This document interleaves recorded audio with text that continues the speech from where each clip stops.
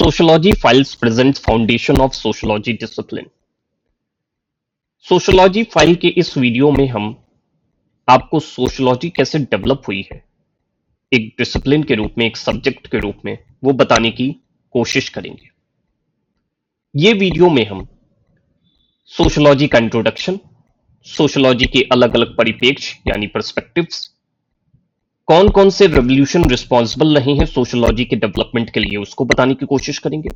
साथ ही साथ हम सोशोलॉजी की डेफिनेशन को जो अलग अलग थिंकर्स ने दे रखी है उसको समझाने की कोशिश करेंगे। वैसे तो बहुत सारे थिंकर्स ने अपने तरीके से सोशोलॉजी को डिफाइन किया है, बट हम कोशिश करेंगे कि जो मोस्ट इंपॉर्टेंट डेफिनेशंस हैं उसको आपके सामने रख सकें, बता सकें।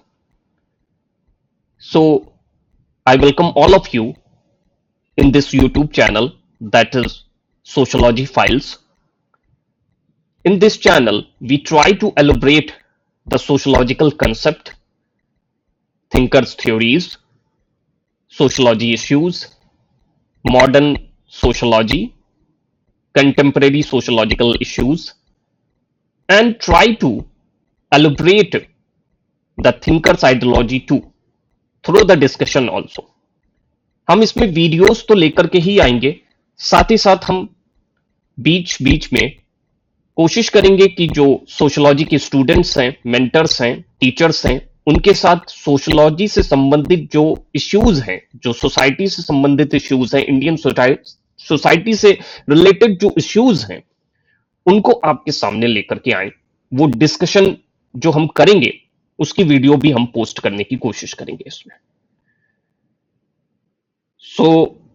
इससे पहले कि मैं शुरुआत करूं सोशोलॉजी कैसे डिसिप्लिन के रूप में स्थापित हुई उसको बताने के पहले मैं यही कहना चाहूंगा कि आप इस चैनल को सपोर्ट करें, इस चैनल को प्रमोट करें, सब्सक्राइब करें, वीडियोस को लाइक करें, वीडियोस को शेयर करें अपने फ्रेंड्स के साथ, प्रोफेसर्स के साथ, मेंटर्स के साथ, ताकि एक सोशोलॉजिकल जो कम्युनिटी है उसको हम स्टैब्लिश कर सकें, एक सोशोलॉजिकल वेलफेयर सोसाइटी का डेवलपमेंट हम कर सकें इस चैनल के थ्रू।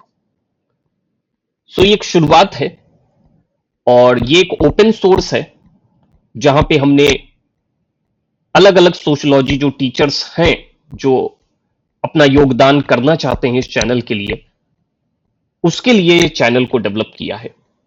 और एक कोशिश है कि बच्चों की मदद करना जो कॉम्पिटिटिव एग्जामिनेशंस के एस्पिरेंट्स हैं, चाहे वो यूजीसी नेट के हों, असिस्टेंट प्रोफेसर के हों, सेट एग्जामिनेशंस के हों, या सोशोलॉजी से संबंधित कोई भी एग्जामिनेशन वो दे रहे हों, तो उसमें उनकी मदद मिले इन वीडियोस के थ्रू।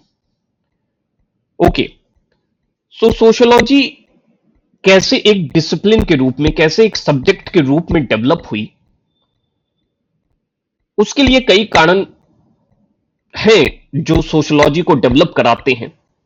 समाज के अंदर सामाजिक चीजें होती रहती हैं, सामाजिक कार्यकल्प होते रहते हैं, घटनाएं होती रहती हैं, सोशोलॉजिकल फेनोमेना चलता रहता है। और वही कारण रहा जिसने सोशोलॉजी जैसे सब्जेक्ट का उद्भव किया, उसको डेवलप किया। यहां पे हम कुछ रेवोल्यूशंस, कुछ चीजों की बात करेंगे। बाद में हम आपको बताएंगे कि कैसे अगस्त कोम्ट ने, कैसे इमाइल डर्कहाइम ने, मैक्स वेबर ने, कार्ल मार्क्स ने और सभी जो थिंकर्स रहे हैं जिनका एक बहुत बड़ा योगदान रहा है सोशोलॉजी को एज एन डिसिप्लिन में डेवलप्ड कराने के लिए, वो हम नेक्स्ट वीडियो में बताएंगे। इस वीडियो में सिर्फ हम आपको सोशोलॉजी का इंट्रोडक्शन, उसके पर्सपेक्टिव, उसके रेवोल्यूशंस, उसकी डेफिनेशंस बताने की कोशिश करेंगे। आप इस चीज को, वैसे तो सोशोलॉजी स्टूडेंट इस चीज को गौर कर पाएंगे, और लोग जो अदर फील्ड से बिलोंग करते हैं या किसी और सब्जेक्ट से बिलोंग करते हैं, वो इस चीज को शायद नहीं जानते हैं कि Auguste Comte is the father of sociology. तो वो हमने इस वीडियो में नहीं रखा है, उसको हमने नेक्स्ट वीडियो में रखा है जहां पे हम थिंकर्स का डेवलपमेंट आपको बताने की कोशिश करेंगे कि कैसे थिंकर्स ने अपना योगदान किया डेवलपमेंट के लिए। हम शुरुआत करते हैं। ओके, तो सोशलॉजी जो शब्द है वो दो शब्दों से बना हुआ है, socius plus logy. Study of human companionship कहते हैं अगर दोनों शब्दों को मिलाएं, क्योंकि सोशियस का मतलब होता है फ्रेंड्स, कंपेनियन, एसोसिएट, जो कि एक लैटिन शब्द है, और लॉजी का मतलब होता है स्टडी ऑफ, जो कि एक ग्रीक शब्द है। आप ये मत समझिएगा कि सोशलॉजी जो शब्द है उसको पूछा नहीं जाता है कि वो किन दो शब्दों से बना हुआ है। यूजीसी नेट में प्रीवियस ईयर क्वेश्चंस में आप देख सकते हैं कि सोशियस शब्द को लैटिन पूछा गया था कि किस तरह का शब्द है, तो ये एक लैटिन शब्द है। सो बी केयरफुल। सोशलॉजी जहां पे स्टडी करती है ह्यूमन के कंपेनियनशिप की, वहीं पे अदर जो ब्रांचेस हैं, अदर जो डिसिप्लिन्स हैं, वो अलग अलग तरीके से समाज की स्टडी करते हैं या समाज के लोगों की स्टडी करते हैं। उसी में से एक डिसिप्लिन हमने कंपेयर करने की कोशिश करी है, वो है साइकोलॉजी। साइकोलॉजी, आपको पता है कि इस समय साइकोलॉजी जो है ज्यादा यूजफुल है इन द सोसाइटी, और बहुत सारे गवर्नमेंट इंस्टीट्यूशंस, बहुत सारे यूनिवर्सिटीज भी साइकोलॉजी के ऊपर ज्यादा फोकस्ड है। Psychology study about human minds, you understand that? Okay, so ये ह्यूमन माइंड्स की स्टडी करता है, कंसर्न करता है कि इंडिविजुअल के बिहेवियर, एक इंडिविजुअल के एक्शंस को, एक इंडिविजुअल्स के फेनोमिना को, कि वो कैसे चीजों को परफॉर्म करता है, यानी एक व्यक्तित्व के ऊपर ही फोकस्ड रहता है साइकोलॉजी का पूरी स्टडी।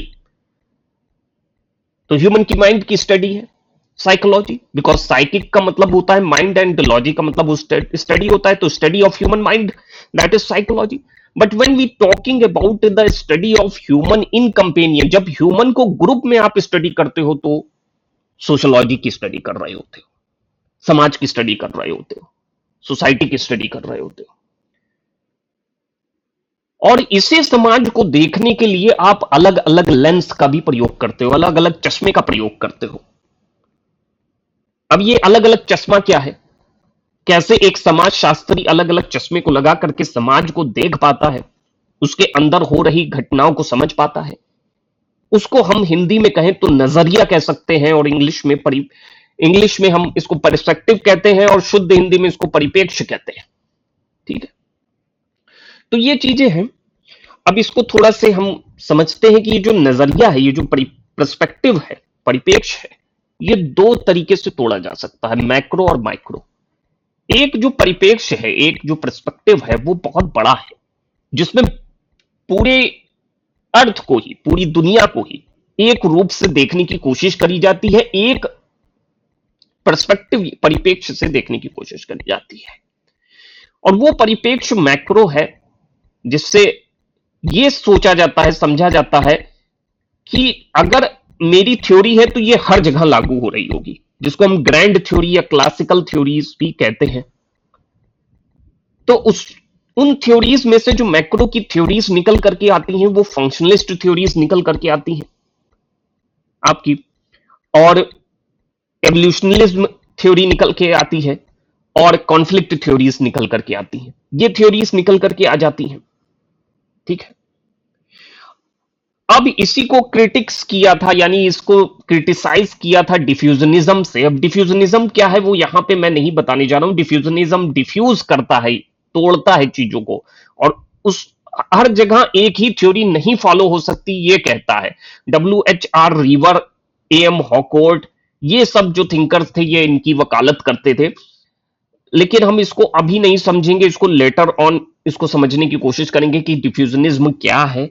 डिफ्यूजनिज्म एंटी है मैक्रो पर्सपेक्टिव के, ठीक है, फंक्शनलिस्ट पर्सपेक्टिव के, कॉन्फ्लिक्टेरियन पर्सपेक्टिव के, एवोल्यूशनल पर्सपेक्टिव के, यानी एक थ्योरी हर जगह फॉलो नहीं हो सकती, ये कहना था डिफ्यूजनिज्म का।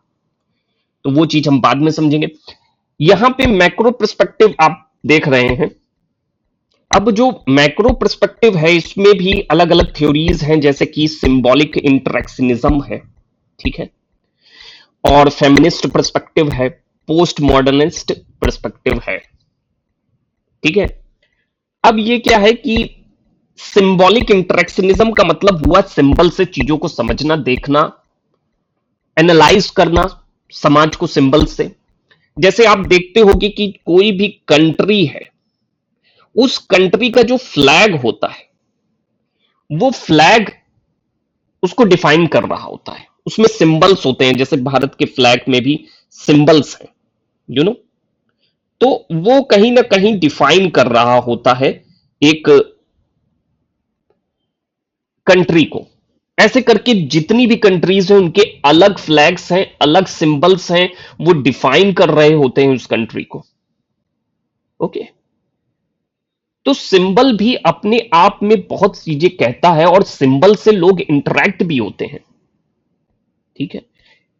So just like a Hindu religion person is interacting with the Muslim religion person, the Muslim religion exactly wearing a cap, and the Hindu religious person wearing a uh, भगवा और जस्ट तिलक लगा रखा है उन्होंने, तो इससे भी आइडेंटिफाई आप कर सकते हैं सिंबल से भी कि कौन से रिलीजन से पर्सन बिलोंग करता है भारत में।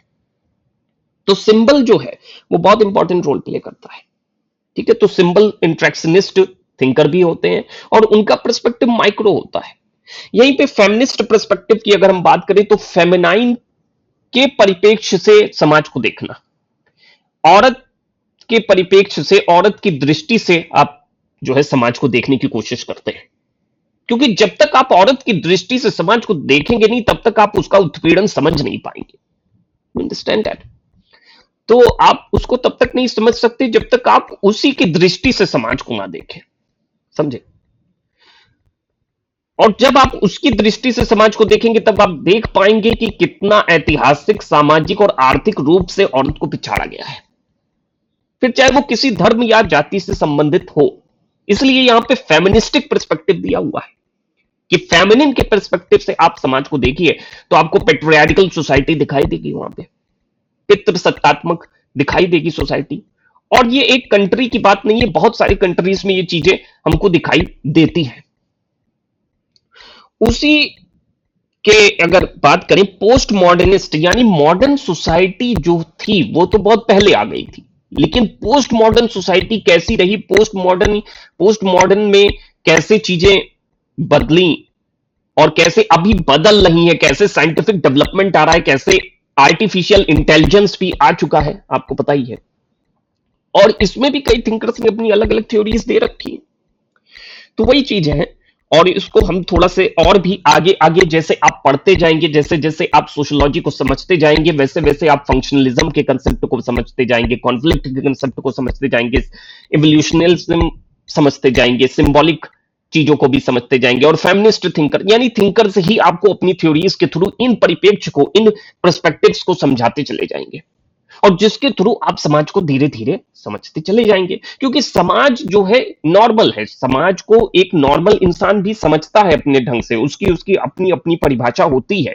लेकिन आप एक समाज शास्त्री होने के नाते आपकी परिभाषा, आपके देखने का नजरिया, आपके समझने का नजरिया बिल्कुल अलग हो सकता है, और वो होना भी चाहिए, क्योंकि आपको पता है कि अलग अलग थिंकर्स ने किस तरीके से समाज को डिस्क्राइब किया है। ठीक है। जैसे कि सबसे पहले अभी हमने बात करी थी फंक्शनलिस्ट पर्सपेक्टिव की, फंक्शनलिज्म की। फंक्शनलिज्म हमने बताया था कि ग्रैंड थ्योरी है, मैक्रो थ्योरी है, हर जगह लागू होने वाली थ्योरी है, जिसको इमानुएल डर्कहाइम शुरुआत करते हैं देने की, सोशियोलॉजी में बताते हैं इसके बारे में, हर्बर्ट स्पेंसर बताते हैं इसके बारे में कि हर एक अंग महत्वपूर्ण जिस तरीके से एक इंसान के बॉडी के फंक्शन के लिए होता है, उसी तरीके से समाज में हर एक चीज बहुत महत्वपूर्ण रोल अदा करती है समाज के फंक्शनल के लिए।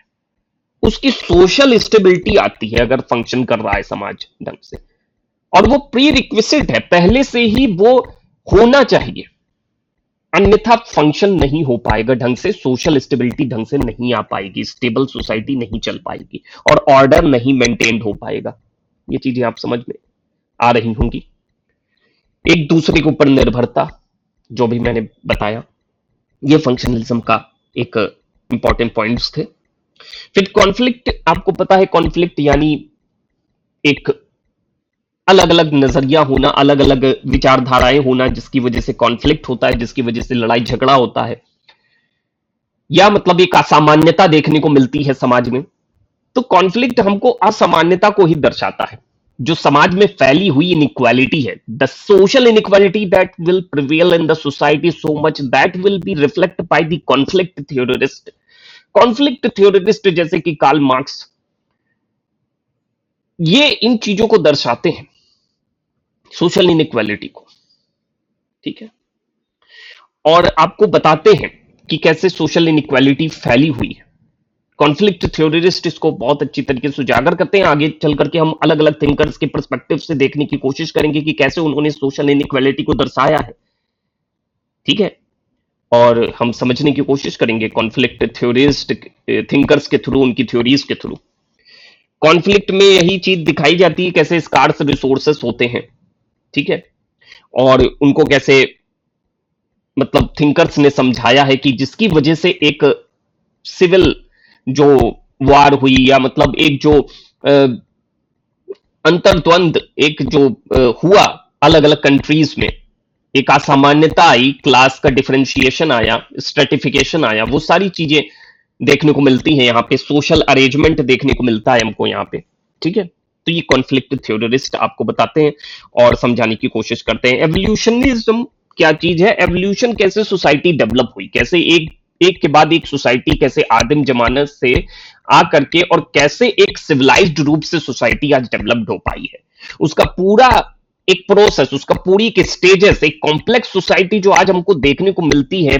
पहले कभी सिंपल सोसाइटी हुआ करती थी, आज बहुत ज्यादा, जैसे हम देखते ही हैं माइल्डरखाइम मैकेनिकल और ऑर्गेनिक सोर्स सॉलिडेरिटी की बात करते हैं, वो आगे हम जब माइल्डरखाइम को देखेंगे तो उनकी थ्योरीज को देखेंगे। लेकिन मेरे कहने का मतलब ये है कि किस तरीके से समाज एक स्टेज से दूसरे स्टेज में जाता है, ये तो बहुत ही नॉर्मल सी बात है। आपने भी इसको देखा होगा, कैसे आदिम जमाने से लेकर के सिविलाइज्ड हुआ है ह्यूमन, कैसे उसने सिविलाइज्ड किया है सोसाइटी को, कैसे एक सोसाइटी जो है बहुत कॉम्प्लेक्स आज जो दिखती है, एक सिंपल भी हुआ करती थी, और धीरे धीरे करके उसमें जैसे जैसे डेवलपमेंट हुए, साइंटिफिक, सोशल, इकोनॉमिकल, उसने इसको कॉम्प्लेक्स भी बनाया है, ठीक है, और कैसे बायोलॉजिकल डेवलपमेंट भी हुआ, ये भी हम देखते हैं।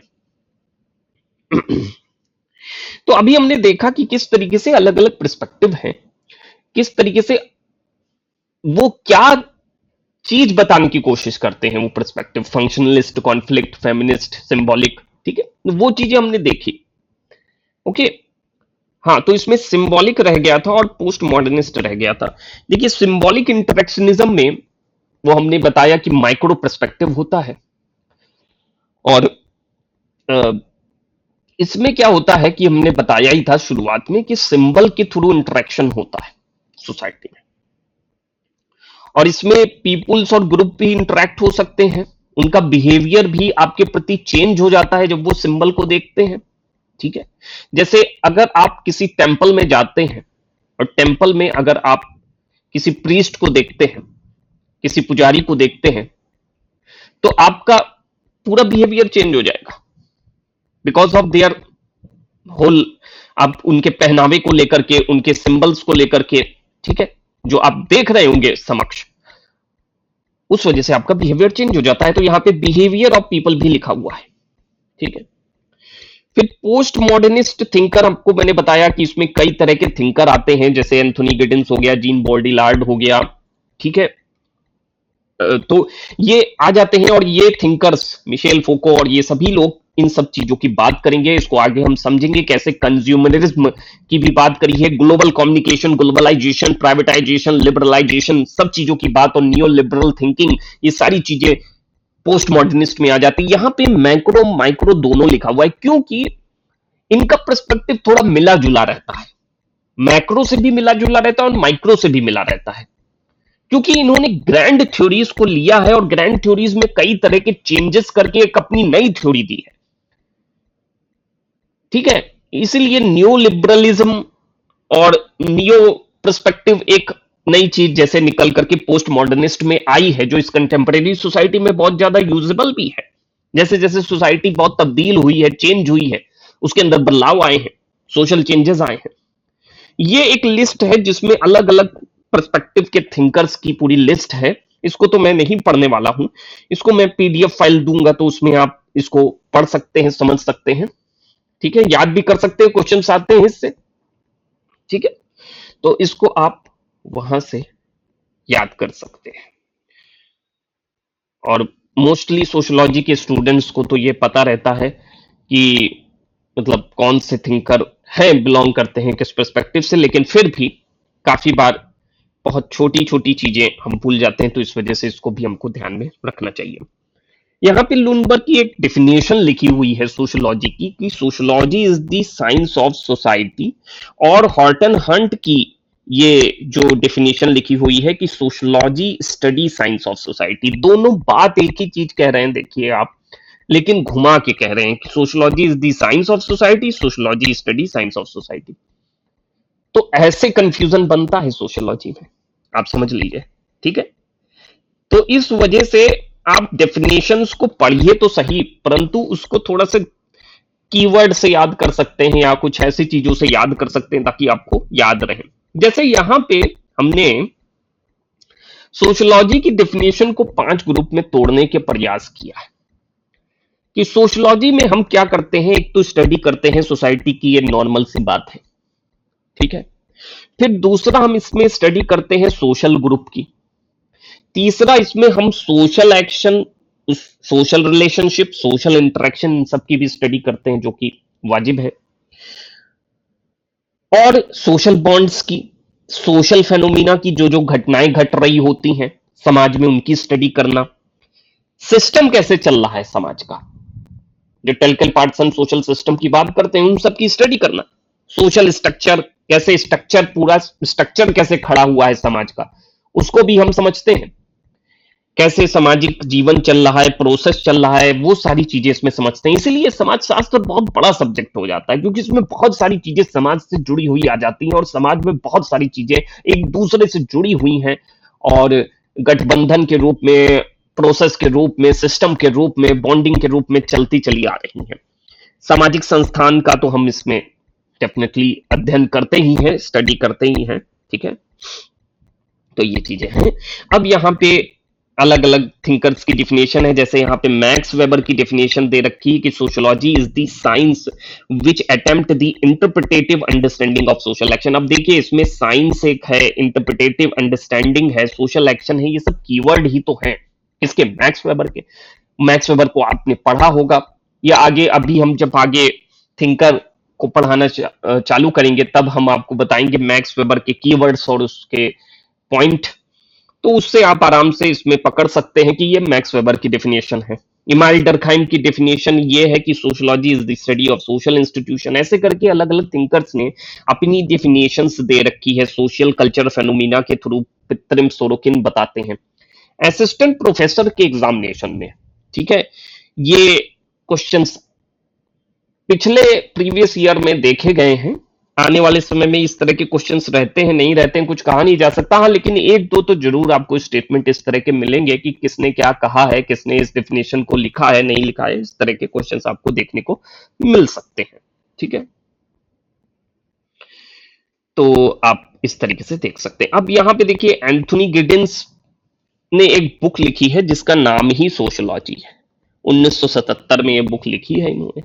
अब sociology is the study of human social life, group and societies. इनका कहना है कि सोशियोलॉजी जो है वो अध्ययन कराती है सामाजिक जीवन जो ह्यूमन का होता है उसको, उसके संबंधित जो ग्रुप्स होते हैं और जो सोसाइटी होती है उसका ही अध्ययन जब आप करते हैं तो समाजशास्त्र पढ़ रहे होते हैं, ठीक है। और माइको डोनेल की एक बुक है सोशियोलॉजी, नाम ही बुक का सोशियोलॉजी है, वो भी 1977 में आई थी। और उसमें इन्होंने कहा कि sociology is the systematic study of society. Systematic जब स्टडी कर लोगे सोसाइटी की तो सोशियोलॉजी पढ़ लोगे, समझ लोगे। ट्रिबल और मॉडर्न सोसाइटी को भी, ठीक है। ट्रिबल सोसाइटी आप पता है कि बैकवर्ड या एक बहुत पुरानी सोसाइटी है, सबसे पुरानी सोसाइटी, और मॉडर्न सोसाइटी तो है ही। तो उन दोनों के बीच में अगर आप अंतर समझते हैं तब भी आपको काफी चीजें समाज की समझ में आ जाएंगी।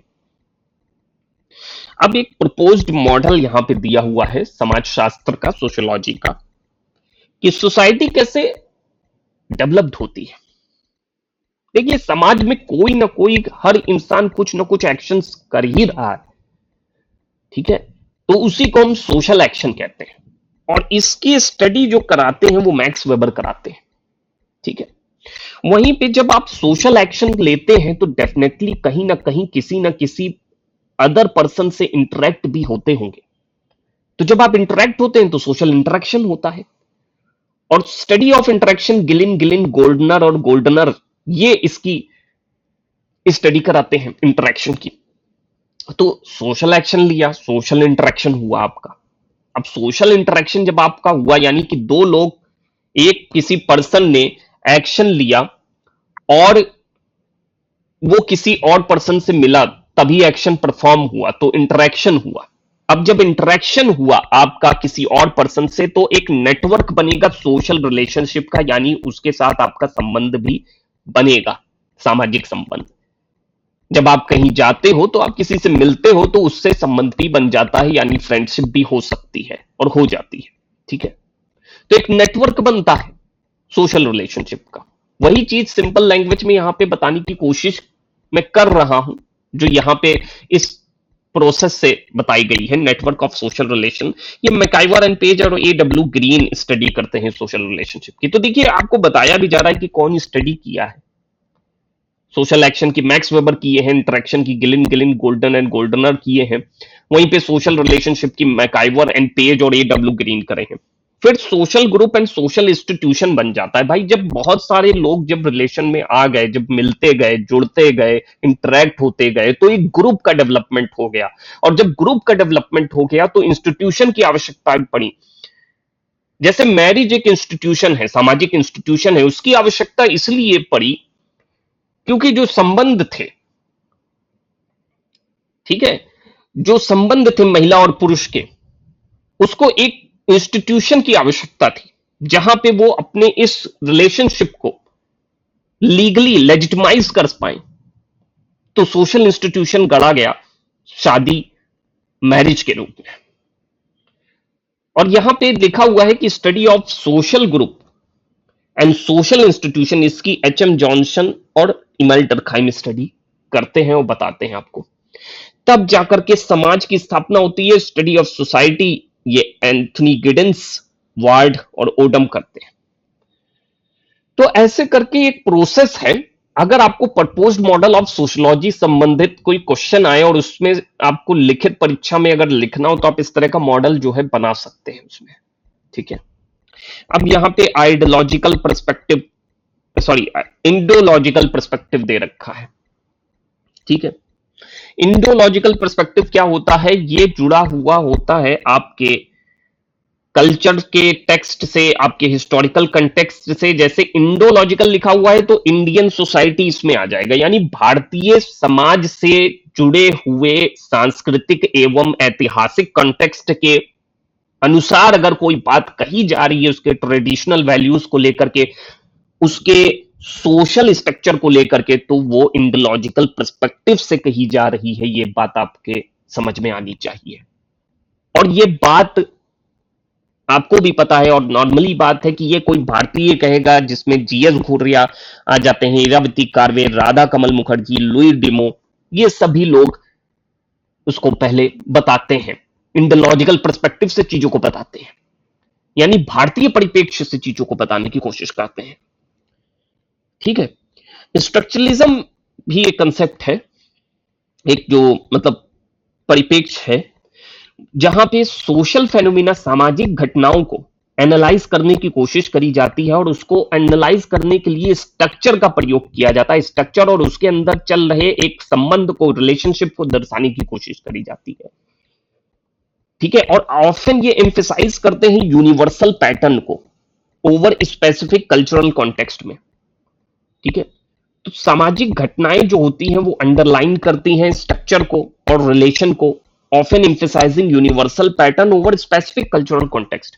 एक स्पेसिफिक पैटर्न क्या बना हुआ है, सांस्कृतिक कॉन्टेक्स्ट से इसको नहीं देखा जा रहा है, यानी कल्चरल कॉन्टेक्स्ट से नहीं देखा जा रहा है, बल्कि इसको देखा जा रहा है कि कैसा स्ट्रक्चर बना हुआ है, कैसे किनशिप फॉर्म हुई है, कैसे अलायंस हो रहा है, कैसे गठबंधन हो रहा है, उसके बीच में क्या एक स्ट्रक्चर बन रहा है, संबंध बन रहा है, सामाजिक घटनाएं कैसे उसमें हो रही हैं, उसको समझाया जाता है स्ट्रक्चरलिज्म के लेंस के थ्रू, परिप्रेक्ष्य के थ्रू, स्ट्रक्चरलिज्म के थ्रू। और इसकी शुरुआत करी थी क्लॉडी लेवी स्ट्रॉस ने, ठीक है। और वीना दास जो उनको फॉलो करती थी, वो बाद में उन्होंने और भी इसको उजागर किया, उसको इसमें और भी चीजें ऐड ऑन करके बताई। फिर आता है कोलोनियलिज्म। कोलोनियलिज्म क्या है? कोलोनियलिज्म एक, जब ब्रिटिश गवर्नमेंट और एक इन्वेजन थ्योरी यानी आधिपत्य की एक थ्योरी यहां पे दिखाई देती है, एक कंट्री के ऊपर दूसरे कंट्री का शासन, इंपीरियलिज्म, ये सारी चीजें इसमें आती हैं। और उस दौरान कैसे उन्होंने कंट्रीज की आइडियोलॉजीज, कल्चर और सोसाइटी के एक डेवलपमेंट को चेंज किया, वो चीजें इसमें बताई जाती है, समझाई जाती है कॉलोनियलिज्म के थ्रू। कैसे जो है ब्रिटिश सरकार जब आई थी भारत में राज करने, तो उसने कैसे कॉलोनीज का डेवलपमेंट कर दिया था, किस तरीके से भारत को डिवाइड कर दिया था। वही चीज अलग अलग थिंकर्स अपनी अपनी पर्सपेक्टिव से बताते हैं अलग अलग जगहों की। इसमें सबसे पहले नाम आ जाता है फादर ऑफ कॉलोनियलिज्म में एडवर्ड सैड का, जिन्होंने ओरिएंटलिज्म और ओसिडेंट की थ्योरीज के थ्रू बताने की कोशिश करी कि कैसे सुपीरियर और इंफीरियर की थ्योरी बताई गई है। मिडिल ईस्ट और एशिया को इंफीरियर बताया गया है, तो वेस्टर्न कंट्रीज ने अपने आप को सुपीरियर बताया है। और कैसे ये एक आइडियोलॉजी प्रिवेल करी गई है, फॉलो करी गई है, जगह जगह इसको प्रचालित किया गया है बहुत ज्यादा। Edward Said, AR Desai, MN Srinivas, BR Ambedkar, Antonio Gramsci, इन सभी थिंकर्स ने इसको अपने थ्योरीज के थ्रू, अपनी लिखावट के थ्रू, अपने बुक्स के थ्रू समझाने की कोशिश आपको करी है। इसको आगे हम थिंकर्स के पर्सपेक्टिव से समझने की और भी कोशिश करेंगे। सिविलाइजेशन पर्सपेक्टिव क्या होता है, किस तरीके से culture, social and historical context shape करता है सोसाइटी को, हाउ द सांस्कृतिक, सामाजिक एंड ऐतिहासिक चीजें किस तरीके से समाज को गढ़ती हैं, उसको स्थापित करती हैं, वो चीजें इसमें बताई जाती हैं। इसमें आर्थिक एवं राजनीतिक एस्पेक्ट भी देखा जाता है। ये बात भी बहुत महत्वपूर्ण है कि सिविलाइजेशन में आप आर्थिक एवं राजनीतिक एस्पेक्ट को भी देखते हैं। और इसमें भी कई तरह के थिंकर्स हैं जिन्होंने अपनी अपनी थ्योरीज दे रखी है, जिसमें Arnold Toynbee, Samuel P. Huntington, Alvin Toffler, Francis Fukuyama, GS Ghurye, Radha Kamal Mukherjee और MN श्रीनिवास यहां पे आ जाते हैं। ठीक है, तो आगे बढ़ते हैं। स्ट्रेटिफिकेशन पर्सपेक्टिव, तो ये भी आप पढ़ते हैं। और स्ट्रेटिफिकेशन एक पर्सपेक्टिव इस चीज को दिखाता है जैसे स्ट्रेटा होता है, यानी कि आप देखें लेयर्स होती हैं इसी तरीके से। अब ये जो लेयर्स होती हैं, इसमें अलग अलग जो लेयर्स हैं, इसमें तह दर तह बंटवारा होता है, डिवाइडेशन होता है, कास्ट के बेसिस पे, क्लास के बेसिस पे, स्टेटस के बेसिस पे एक अरेंजमेंट होता है सोसाइटी के अंदर। कई थिंकर्स ने इसको सही भी ठहराया है कि अरेंजमेंट होना चाहिए, इस तरीके से स्ट्रेटिफिकेशन होना चाहिए सोसाइटी में, कास्ट, क्लास, स्टेटस बेसिस पे। ठीक है, तो वो क्या है और कैसे है, एक पदानुक्रम यानी हायरार्किकल अरेंजमेंट बना हुआ है, इस चीज को हम देखेंगे कास्ट से, क्लास से, स्टेटस से। और कैसे इन्फ्लुएंस होता है एक्सेस ऑफ रिसोर्सेस, अपॉर्चुनिटीज, यानी किसको एक्सेस मिलता है रिसोर्सेस का, किसके हक में वो चीज आती है, कैसे वो प्रिविलेज्ड होता है सोसाइटी में, कौन से तबका, बर्जुआ, प्रोलिटरेट का भी थोड़ा बहुत कंसेप्ट, क्या मैं कहूंगा बहुत हद तक जो है इसमें मिला जुला कंसेप्ट आता है। और कार्ल मार्क्स इसके जो है एक तरीके से ज्ञाता और अवियर करने वाले कहे जाते हैं। तो Karl Marx, Max Weber, Emile Durkheim, Kingsley Davis, ये सभी थिंकर्स आ जाते हैं, Pierre बोर्डियो, Andre विते।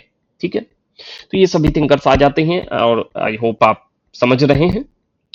Social stratification, hierarchical arrangement based on various factors such as wealth, power and privilege. Wealth, power और सॉरी प्रिविलेज नहीं, प्रेस्टाइज लिखा है, तो वेल्थ, पावर और प्रेस्टाइज।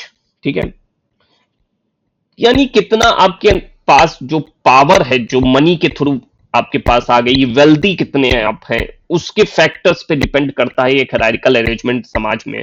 और वही सोशल स्ट्रेटिफिकेशन को यहाँ पे बताया गया है इस डेफिनेशंस के थ्रू। आई होप समझ में आया होगा, और आगे इसको हम और भी थिंकर्स के पॉइंट ऑफ व्यू से समझने की कोशिश करेंगे। कल्चरल पर्सपेक्टिव, कल्चरल के पॉइंट ऑफ व्यू से समाज को समझना, देखना, उसकी आइडेंटिटी को देखना। अलग अलग संस्थान जो होते हैं वो इन्फ्लुएंस होते हैं आइडेंटिटी और कम्युनिटी डायनेमिक्स के थ्रू। इसमें योगेंद्र सिंह का बहुत बड़ा योगदान रहा है, जिसमें उन्होंने मॉडर्नाइजेशन कैसे आया समाज में, इंडियन ट्रेडिशन कैसे प्रिवेल हुआ, कैसे उसमें बहुत अलग सोशल चेंजेस आए इंडियन सोसाइटी में, वो सभी चीजें योगेंद्र सिंह ने अपने थ्योरीज के थ्रू समझाने की कोशिश करी हैं। आगे हम योगेंद्र सिंह को पढ़ेंगे, बहुत इंपॉर्टेंट थिंकर रहे हैं इंडियन कॉन्टेक्स्ट में। अब यहाँ पे हिस्ट्री ऑफ सोशियोलॉजी की बात करते हैं कि कैसे सोशियोलॉजी डेवलप हुई और कैसे, मतलब सोशियोलॉजी जैसी जो सब्जेक्ट है उसका डेवलपमेंट एक अगस्त कोम्त ने नहीं किया, बल्कि उसके पीछे कई कारण रहे जो हिस्टोरिकली बहुत जुड़े हुए हैं, हिस्ट्री से बहुत, इतिहास से बहुत जुड़े हुए हैं। इसमें जेनेसिस, मैकेनिज्म और डेवलपमेंट को हम बताने की कोशिश करेंगे आपको। कोई भी चीज ऐसे ही नहीं आ जाती है समाज में और ऐसे ही नहीं बन जाती है, और सोशियोलॉजी के साथ भी यही हुआ। इनलाइटमेंट जब लोगों के अंदर आया, जब लोगों ने सुपरस्टिशन, जो मैजिकल चीजें हुआ करती थी, यानी हर चीज को भगवान से जोड़ देने की जो पहले बात हुआ करती थी, लोग हर चीज को भगवान से जोड़ देते थे, चाहे कुछ अच्छा हो चाहे बुरा हो, उसका एक साइंटिफिक और एक रीजन नहीं ढूंढने की कोशिश करते थे। लेकिन जब लोगों ने स्टार्ट किया बिलीविंग साइंटिफिक और रैशनल तरीके से, उन्होंने थोड़े से अनऑर्थोडॉक्स यानी डिब्बे के बाहर निकल करके सोचने की कोशिश करी। एक ऑर्थोडॉक्स सोसाइटी में जो वो जी रहे थे उससे बाहर निकल करके, जो सुपर नेचुरल उनका एक विश्वास हुआ करता था, उससे बाहर निकल करके जब उन्होंने जानने की कोशिश करी कि आखिर बिजली कड़क रही है तो क्यों कड़क रही है, बारिश हो रही है तो क्यों हो रही है, okay, everything he now understand through scientifically, then he tried to realize it everything that how this is happening in the society। ठीक है, और यहाँ पे जैसे रेनेसा पीरियड बहुत बड़ा रोल प्ले करता है, जो कि स्टार्टेड हुआ इटली में। ठीक है, इसकी शुरुआत हुई इटली में 13वीं और 14वीं शताब्दी में ये स्टार्ट हुआ। तो 13 एंड 14 सेंचुरी में रेनेसा पीरियड आया। रेनेसा एक कल्चरल पीरियड के रूप में जाना जाता है, एक बदलाव के पीरियड के रूप में जाना जाता है। इसमें जो है बहुत ही अच्छे बदलाव देखने को मिले समाज के पर्सपेक्टिव से। इसमें कला, संस्कृति एवं जो है अलग अलग literature, architecture, scientific, philosophical, different kinds of interest भी हमको देखने को मिलते हैं। और इसमें आपको अलग अलग थिंकर्स और उनका जो योगदान रहा वो बहुत महत्वपूर्ण रहा, जिसने समाज के अंदर एक चेंज लाने की कोशिश करी और समाज में बताया कि समाज में सिर्फ और सिर्फ सुपर नेचुरल पावर नहीं है, बल्कि आपके अंदर आपकी प्रतिभाएं बहुत कुछ कर सकती हैं। जैसे पेट्रार्च थे, अभी हमने ऊपर शुरुआत में देखा था, जब हमने सबसे पहला पेज देखा था उसमें देखा था कि कैसे सोशियोलॉजी जो था, सोशियोलॉजी को तोड़ दिया गया था सोशियस प्लस लॉजी में। ठीक है, अब सोशियस उसमें लैटिन शब्द था और लॉजी उसमें ग्रीक शब्द था। ठीक है, अब ये जो लैटिन और ग्रीक शब्द था ये दिया आपको मैं बताऊं किसने था, ये पेट्रार्च ने दिया था। ये लैटिन और ग्रीक जो लिटरेचर थी इसका इन्वेंशन ही इन्होंने किया था।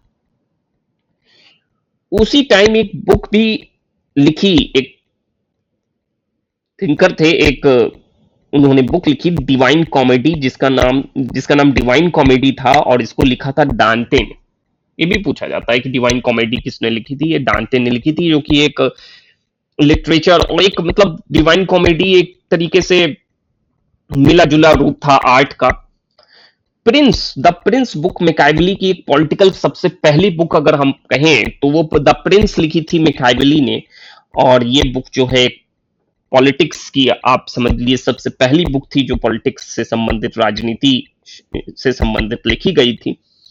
फिर यूटोपिया बुक ये लिखी थॉमस मूरे ने। फिर शिप ऑफ फूल्स ये लिखी सेबेस्टियन ब्रांट ने, that is also very important book. The last supper और the Mona Lisa painting was drawn by the Leonardo da Vinci 1452 and 1519, ठीक है। तो तब इन्होंने ये पेंटिंग ड्रॉ करी थी। और ये सब जो है चीजें जो हो रही थी, ये सब जो है रेनेसा पीरियड के दौरान ही हुई थी। लास्ट जजमेंट करके चीजें हैं, तो वो भी हो रही थी, ठीक है। और ये चीजें मतलब उसी दौरान हो रही थी। Okay, I hope you understand it. Okay okay, तो ये मिशेंगलो ने लास्ट जजमेंट पेंटिंग करी थी। Okay, yes. नाउ यहां पे लिखा हुआ है डेवलपमेंट ऑफ प्रिंटिंग प्रेस। ये जीन गुटनबर्ग ने उस समय बाइबल बुक को इसमें सबसे पहले प्रिंट किया था। प्रिंटिंग प्रेस का सबसे पहले जीन गुटनबर्ग ने यूज किया था। ये पहले यूजीसी नेट में एक बार एक क्वेश्चन पेपर में पूछा गया है, ठीक है। और हेलियोसेंट्रिक मॉडल, ये यूनिवर्स का, ये सबसे पहले जो है आपको कॉपरनिकस ने ही बताया था कि जो है सन जो है वो सेंटर में रहता है और अर्थ उसके इर्द गिर्द चक्कर लगाता है। तो ये सबसे पहले कॉपरनिकस ने ही बताया था, ठीक है। फिर टाइटन और टिंटोरिटो, ये भी वेनिस में ग्रेटेस्ट पेंटर ऑफ वेनिस थे, जिन्होंने उस समय पेंटिंग करी थी। काफी मतलब प्राचीन और काफी अच्छी पेंटिंग्स करी थी उस समय। Father of modern science Francis Bacon को कहते हैं। हेलियोसेंट्रिक थ्योरी कोपरनिकस ने दी है। टेलीस्कोप जो है गैलीलियो ने दिया है। वेसेलियस ह्यूमन एनाटॉमी के बारे में बताते हैं। वही विलियम हार्वेली ब्लड सर्कुलेशन के बारे में बताते हैं। हेलमोंटे डिस्कवर्ड करते हैं कार्बन डाइऑक्साइड को। आइजैक न्यूटन जो है प्रिंसिपिया मैथमेटिका, इसके बारे में बताते हैं। तो आई होप इतनी चीजें आपको समझ में आई, जो इनलाइटमेंट पीरियड किस तरीके से बहुत अहम रोल प्ले करता है, जो रेनेसा है वो बहुत अहम रोल प्ले करता है for the development of sociology.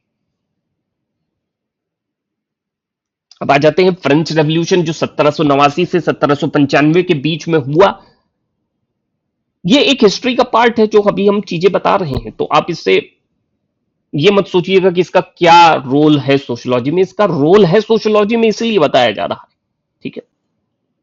सो ये चीज है। फ्रेंच रेवोल्यूशन ने कुछ चीजें खत्म कर दी थी, और फ्रेंच रेवोल्यूशन एक बहुत महत्वपूर्ण रोल प्ले करता है जो है आपकी डेवलपमेंट के लिए, सोशियोलॉजी के डेवलपमेंट के लिए, और एक अवेयरनेस के लिए in the humans, in the depressed class, जो दबे कुचले क्लास थी, कास्ट थी, उनको फिर से अवेयर करने के लिए, उनके अंदर कॉन्सियसनेस जगाने के लिए, जो एक फॉल्स कॉन्सियसनेस में वो जी रहे थे,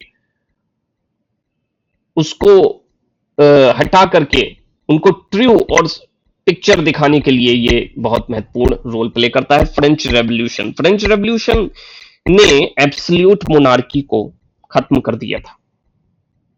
जो राजशाही तंत्र हुआ करता था कि सब कुछ राजा ही करेगा, रानी ही करेगी, उस एब्सोल्यूट मोनार्की को फिनिश किया फ्रेंच रेवोल्यूशन ने। फ्यूडलिज्म जो हुआ करता था, जो सामंतवादी चीजें हुआ करती थी, कि यानी कि किंग हुआ करता था, उसके नीचे नोबल्स हुआ करते थे, नोबल्स के नीचे फिर नाइटहुड हुआ करते थे, फिर कहीं जाकर के जो है वर्कर्स आते थे, लेबरर्स आते थे। तो ये एक जो हायरार्की थी, एक जो हीनियस हायरार्की थी, जिसकी वजह से कभी भी लेबरर्स को, कभी भी जो डिप्रेस्ड उस समय क्लास हुआ करती थी, उसको कुछ भी प्राप्त नहीं हो पाता था। उसमें फ्यूडलिज्म का बहुत बड़ा हाथ था, और इस कारणवश जो है एक सामाजिक असामान्यता जो फैली हुई थी, उसको भी फ्रेंच रेवोल्यूशन ने इंड किया, ठीक है। So that is what exactly happening out. Okay okay, so that is what exactly happening out. Now आप यहां पे इस चित्र को देखिए, इसमें 3 स्टेट ई स्टेट दिखाए गए हैं, जिसमें फर्स्ट ई स्टेट है made up of clergy of Roman Catholic church, ठीक है, इस्कॉन्ड इनलाइटमेंट आइडिया। तो क्लर्गी कौन हुआ करते थे? पादरी हुआ करते थे, ठीक है। आप देख रहे हैं ये पत्थर के ऊपर खड़े हैं, और उसी के साथ एक नाइट, यानी कि एक जो नोबल्स हैं, जो सोल्जर्स हैं जिनको नोबल्स कहते थे, वो खड़े हुए हैं। और थर्ड ई स्टेट, यानी कि जो अर्बन लोअर क्लास हो, पीजेंट हो, वो सब दबे हुए हैं यहाँ पे, ठीक है। इस इमेज में ये दिखाया जा रहा है, यानी 3 ई स्टेट में बटा हुआ था उस समय। सब कुछ जो हुआ करता था वो पादरी के हाथ में हुआ करता था और नॉबल्स के हाथ में हुआ करता था, यानी कि जो सोल्जर्स हुआ करते थे, जो सैनिक हुआ करते थे, जो गवर्न करते थे उस समय सोसाइटी को, उनके हाथ में हुआ करता था। 98% जो है थर्ड ई स्टेट की जनसंख्या थी फ्रांस में 1787 में, और 1% से कम जो है फर्स्ट स्टेट हुआ करते थे, यानी कि पादरी हुआ करते थे और नॉबल्स हुआ करते थे, ठीक है। तो ये यहाँ पे आप देख सकते हैं इस इमेज के थ्रू, ओके। और यही कारण था जिसकी वजह से एक रोष था, और जिसकी वजह से जो एक रेवोल्यूशन आया, एक चेंज आया, कि अब हम इतना उत्पीड़न नहीं सहेंगे, और अब हम जाग गए हैं, अब हम लड़ना जान गए हैं, अब हम लड़ेंगे, अब अपनी लिबर्टी के लिए लड़ेंगे, इक्वालिटी के लिए लड़ेंगे, फ्रेटर्निटी के लिए लड़ेंगे। इसीलिए रिपब्लिकनिज्म यहां पे आता है, और लिबर्टी, इक्वालिटी और फ्रेटर्निटी फ्रेंच रेवोल्यूशन से निकल करके आती है, और पूरे विश्व भर में कई जगह इसका इंपैक्ट होता है, और उसका एक इंपैक्ट भारत में भी देखने को बाद में मिलता है, ठीक है। तो ये बहुत इंपॉर्टेंट एक रेवोल्यूशन रहा, जिसने सामाजिक चेंज लाया, जो सोशल चेंज आया, सोशलॉजी के डेवलपमेंट में भी इसका बहुत बड़ा कारण रहा है। इसीलिए, और इसके कई कारण थे फ्रेंच रेवोल्यूशन के होने के, आपको बताया ही मैंने। फाइनेंशियल कारण थे, पॉलिटिकल क्राइसिस थे, सोशल इनइक्वालिटी थी, टैक्स का बर्डन था थर्ड स्टेट पे, बॉर्जुआ क्लास का राइज हो रहा था इसमें, इस वजह से, और इनलाइटमेंट के थिंकर्स जो थे उनके थॉट आ रहे थे, बदलाव की बात करी जा रही थी, साइंटिफिक वे ऑफ डेवलपमेंट की बात करी जा रही थी। तो ये सारे कारण थे। तो इसमें पॉलिटिकल कॉजेज हैं, सोशल कॉजेज हैं, आप यहां से पढ़ सकते हैं। रूल्ड बाय बर्बन डायनेस्टी, तो बर्बन डायनेस्टी का एक हीनियस वे ऑफ रूलिंग, उससे आजादी पाना चाह रहा था उस समय फ्रांस। एक डिवाइन राइट थ्योरी चल रही थी कि जो, जैसे राजा का बेटा, जो राजा उस समय चीजें चला करती थी, जो क्वीन थी वही सब हुआ करती थी, उनको वो ऐसा दर्शाते थे पब्लिक को कि हमें जो है भगवान ने ये सम्मान दिया है आपके ऊपर रूल्ड करने का, हम भगवान के थ्रू आपके ऊपर रूल्ड कर रहे हैं, और हम भगवान के एक दूत के रूप में हैं, जो पादरी कहते थे अपने आप को, बताते थे।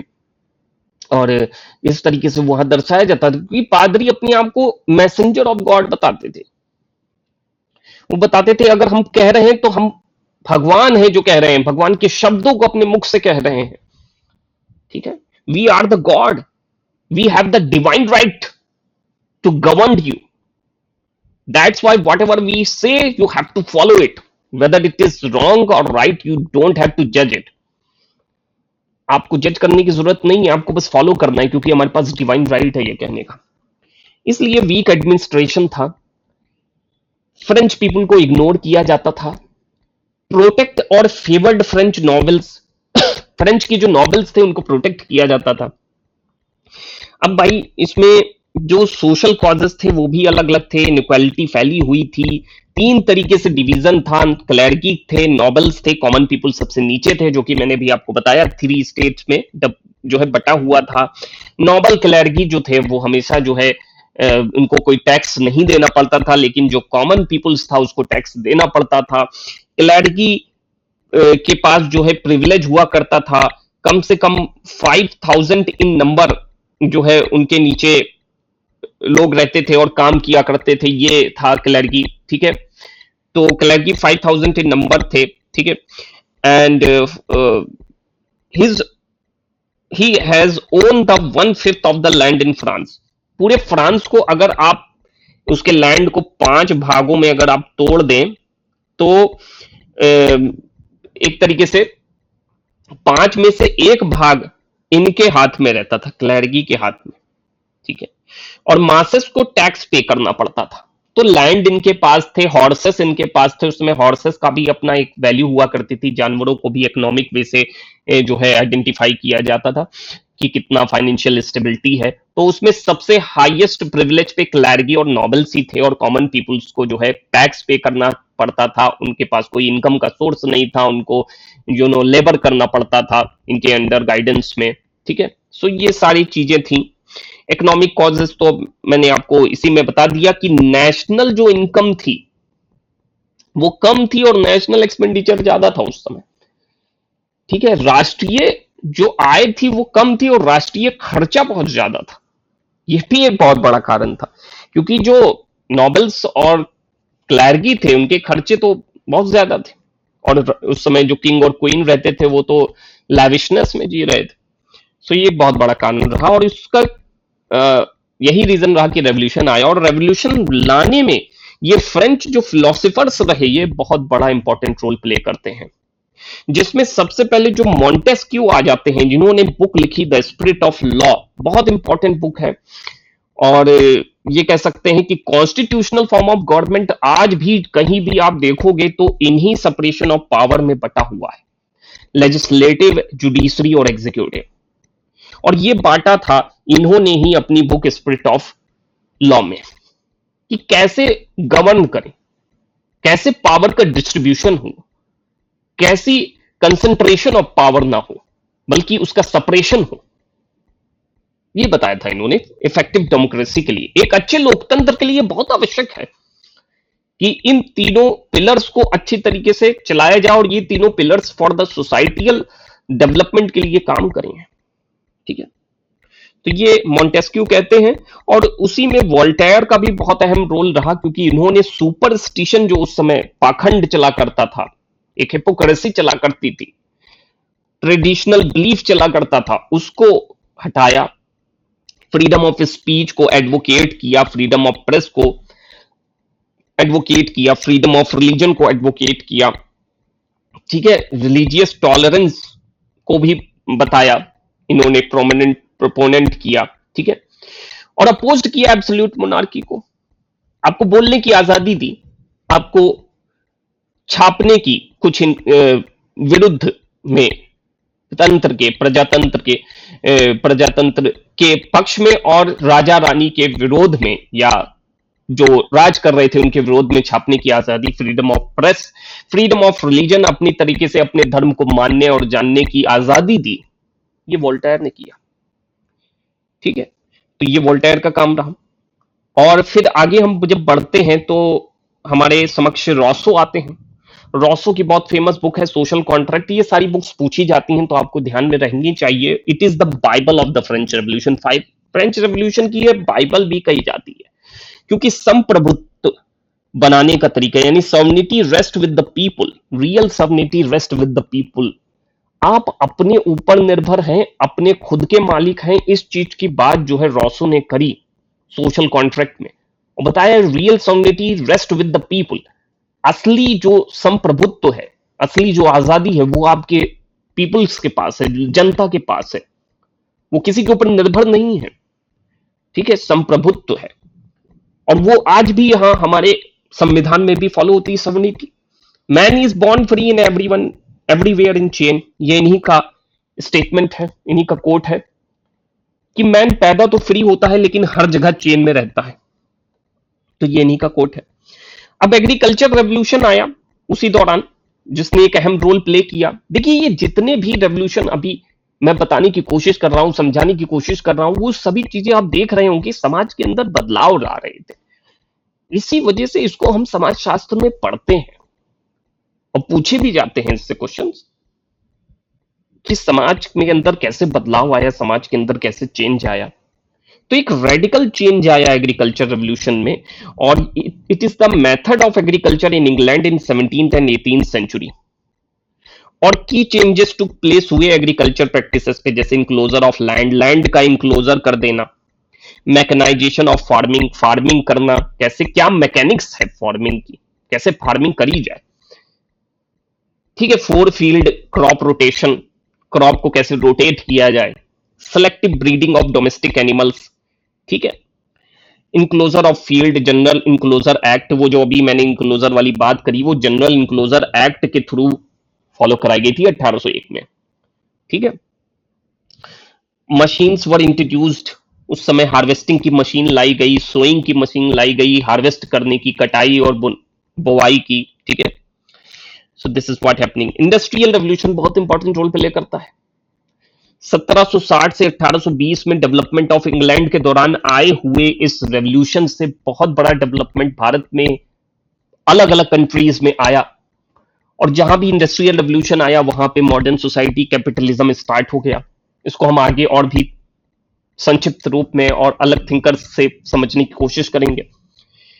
यूरोपियन स्कॉलर जॉर्ज मिशेलेट ने फ्रांस में इस चीज को कहा, और फ्रेडरिक एंगल्स जो कि कार्ल मार्क्स के साथ काम किए थे, कॉन्फ्लिक्ट पर्सपेक्टिव से इसको दर्शाते हैं जर्मनी में।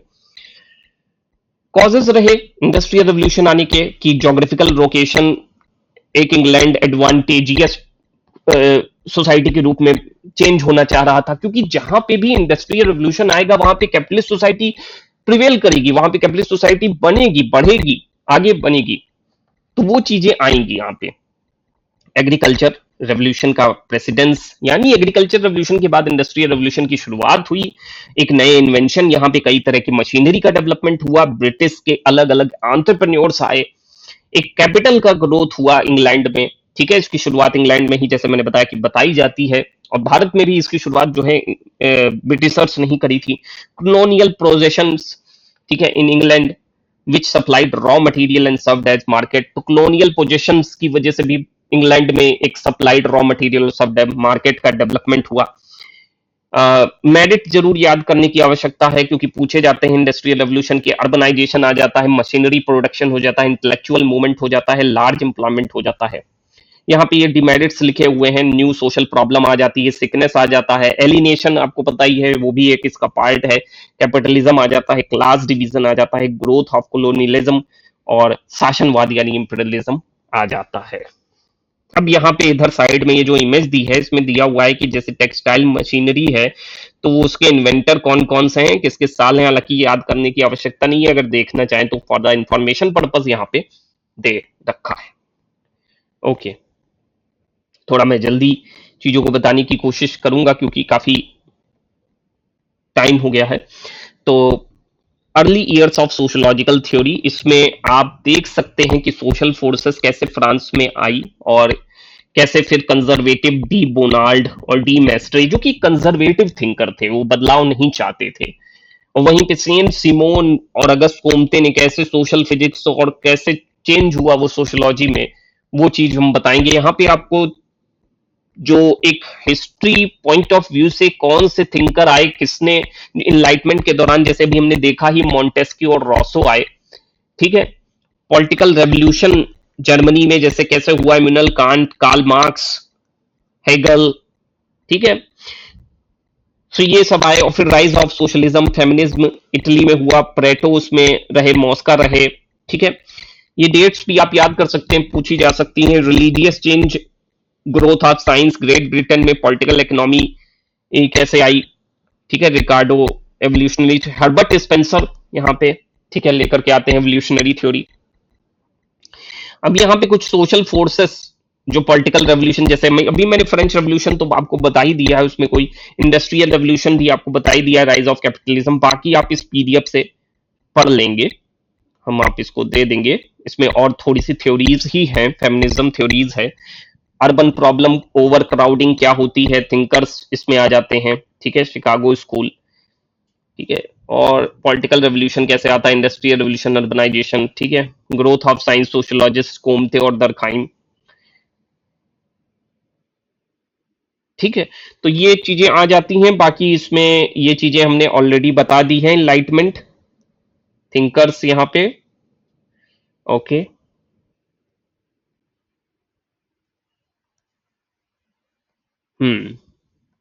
बाकी कंजर्वेटिव रिएक्शन क्या था इनलाइटमेंट, डी बोनाल्ड और जोसेफ डी मेस्त्रे का यहाँ पे दिया हुआ है। और 19वीं और 20वीं शताब्दी में कैसे जो उतार चढ़ाव आए सोशल ऑर्डर यूरोप में, उसका रिलीजियस और मोनार्कियल एग्रीगेरियन सोशल ऑर्डर कैसे रहा, ये चीजें बताई गई हैं इसमें। आप इसको पढ़ लीजिएगा, वैसे नेक्स्ट वीडियो में मैं इसको बता दूंगा कैसे रेनेसा साइंटिफिक रेवोल्यूशन, ये एक टेबल दे रखी है, वही जो चीजें मैंने बताई इसको टेबल के फॉर्म में यहाँ पे दे रखा है, ठीक है। सो ये इतना ही पार्ट था इसमें।